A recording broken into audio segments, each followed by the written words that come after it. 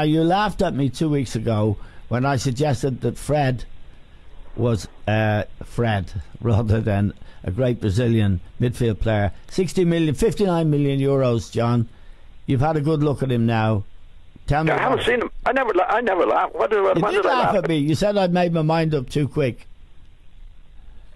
Well, I might have laughed about that. I didn't laugh about whether he was any good or not. I said I'd give him more time. Well, you make your mind up very quickly anyway. I need 3 or 4 or 5 matches to see him. He's been a disappointment, Damon. There's no doubt about that. Now, whether he gets any better or not remains to be seen. But at the moment, he hasn't added anything at all that I've seen in the 2 or 3 matches that I've seen him play for Manchester United. Okay, where do they go from here, John?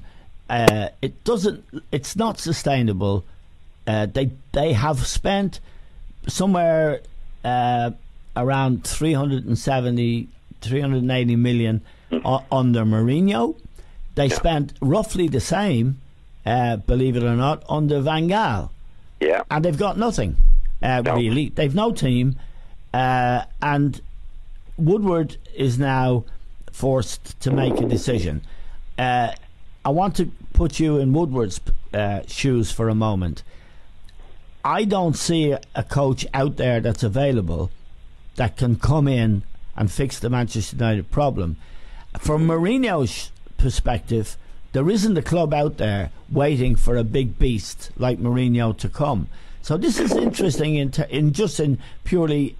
Woodward's case in the corporate sense, and in Mourinho's case in the personal sense.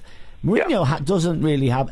When they joined up, Mourinho was a big beast looking for a big club, and they were a big club looking for a big beast. So it was a marriage of convenience. Now, where could Mourinho go, and where does Woodward look? If you were Woodward, where would you be looking for a successor? Because I can't, off the top of my head, think of one. No, I think they're two separate problems, Eamon. Woodward's in a position where he can make the decision. Mourinho's not. Mourinho can't say, I'm staying if Woodward wants them to go. Woodward can stay whether Mourinho goes or not. Oh, absolutely. So it's really Woodward's decision now. And we've known in the past time with Mourinho, when it goes bad, it goes really bad. Yes. And I think it's really bad at the moment.